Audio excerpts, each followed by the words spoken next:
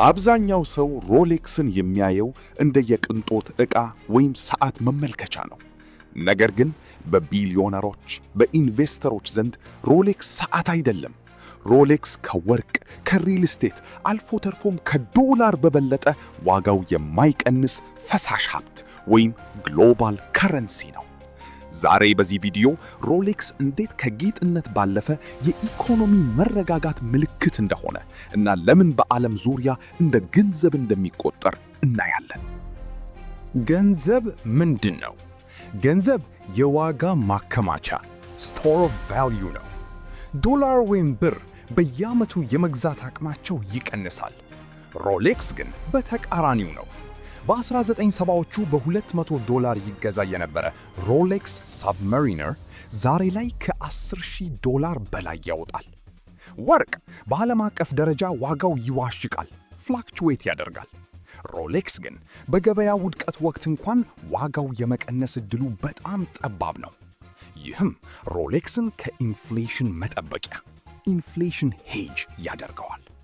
አንድን ቤት ሪል ስቴት ለመሸጥ ወራትን ሊፈጅ ይችላል። ሮሌክስ ግን ሃይሊ ሊኩዊድ ነው። ዓለም አቀፍ ተቀባይነት ቶኪዮ፣ ኒውዮርክ ወይም ፓሪስ ብትሆኑ የሮሌክስ ዴይቶና ወይም GMT ማስተር ዋጋ አንድ ነው። ያለ ቢሮክራሲ መሸጥ፣ ባንክ መሄድ ወይም የውጭ ምንዛሬ ቢሮ መፈለግ አያስፈልጎትም። በማንኛውም የዓለም ክፍል ሰዓቱን አውጥቶ ወደ ጥሬ ገንዘብ መለወጥ ይችላሉ። ይህም ሮሌክስን ልክ እንደ ቢትኮይን ወይም ጎልድ ባርስ ተንቀሳቃሽ ሀብት ያደርገዋል። ሮሌክስ ሰዓት ማምረት አቅቶት አይደለም በየሱቁ የማይገኘው። ይህ ሆን ተብሎ የሚደረግ የገበያ ስልት ነው። ፕሮዳክሽን ሊሚት ሮሌክስ በዓመት የሚያመርተው የተወሰነ ቁጥር ያላቸውን ሰዓቶች ብቻ ነው። ፍላጎቱ ግን ከምርቱ በ10 እጥፍ ይበልጣል። The wait list አንድ አዲስ ሮሌክስ ለመግዛት 2 ወይም 3 ዓመት መጠበቅ ሊኖርበት ይችላል። ይህ እጥረት በሴከንድ ሃንድ ፕሪ-ኦውንድ ገበያ ላይ ዋጋው ከመጀመሪያው መሸጫ በላይ እንዲሆን ያደርገዋል። ገንዘብ ዋጋ የሚኖረው እጥረት ሲኖር ነው። ሮሌክስም ይህንን ዲጂታል ጎልድ የመሆን ባህሪ በሚገባ ተጠቅሞበታል።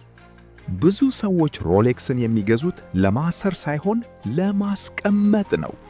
ሰከንዳሪ ማርኬት በሮሌክስ ገበያ ላይ ግሬይ ማርኬት የሚባለው ትልቅ ሚና አለው።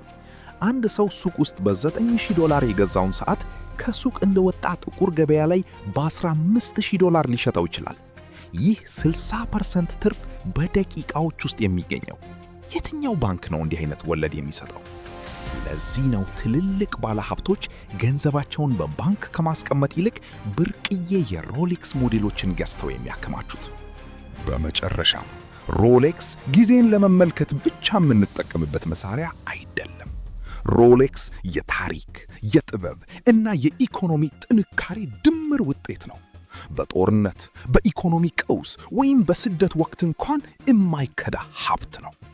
ለዚህ ነው ሮሌክስ ሰዓት ሳይሆን በዓለም ላይ እጅግ የታመነ የገንዘብ አይነት the most trusted currency ነው የምንለው። በሚቀጥለው ጊዜ አንድ ሰው ሮሌክስ ሲያስር ስታዩ ሰዓት እያየ ሳይሆን ባንክ ተሸክሞ እየዞረ እንደሆነ አስብ። ስለዚህ ጉዳይ የእናንተ አስተያየት ምንድን ነው? ሮሌክስ ላይ ኢንቨስት ማድረግ ያዋጣል ወይስ ሌላ የተሻለ አማራጭ አለ? ኮሜንት ላይ አሳውቁኝ። ቪዲዮውን ከወደዳችሁት ላይክ እና ሰብስክራይብ ማድረጋችሁን እንዳትረሱ። በሚቀጥለው ቪዲዮ እስክንገናኝ ቻው።